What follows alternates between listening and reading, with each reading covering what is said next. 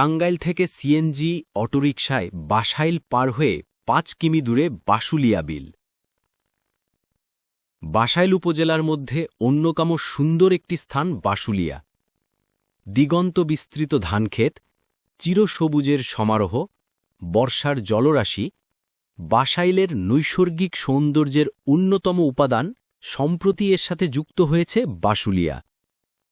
বাসাইল নলুয়া সড়ক নির্মিত হওয়ার ফলে পার্শ্ববর্তী এলাকার জনসাধারণ বাশুলিয়ার সৌন্দর্য উপভোগ করার সুযোগ পেয়েছে।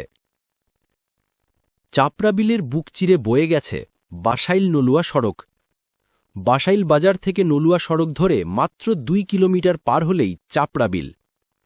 পানির অবাধ চলাচল নিশ্চিত করতে এলজিইডি বিভাগ কর্তৃক RD-14 প্রকল্পের আওতায় নির্মিত হয় অসংখ্য সেতু সমৃদ্ধ এই সড়ক। স্বাভাবিকভাবেই চাপড়া বিলের মাঝখান দিয়ে যাওয়ার কারণে এই সড়কের উভয় পার্শ্বেই ঘরবাড়ি ও স্থাপনামুক্ত। ফলে চাপড়া বিলের এই অংশ নির্মল হাওয়ার জন্য একটি উৎকৃষ্ট স্থান। বর্ষায় যখন প্লাবিত হয় চাপড়া বিলের উভয় দিক, তখন অপূর্ব রূপ ধারণ করে বাশুলিয়া। বাসাইল, সখীপুর এবং আশপাশের লোকেরা তখন বেড়াতে আসে এই চাপড়া বিলে। সৌন্দর্য পিপাসুরা ভরা বর্ষায় চাপড়া বিলের সাথে সাদৃশ্য খুঁজে পান ঢাকার আশুলিয়ার। এ কারণেই ঢাকার আশুলিয়ার সাথে সামঞ্জস্য রেখে চাপড়া বিলের এই অংশকে অনেকেই বাশুলিয়া বলে থাকেন। বর্ষাকালে উৎসাহী ও উদ্যোগী ব্যক্তিগণ সুদৃশ্য দেশি নৌকা এবং ইঞ্জিন বোট নিয়ে হাজির হন বাশুলিয়ায়।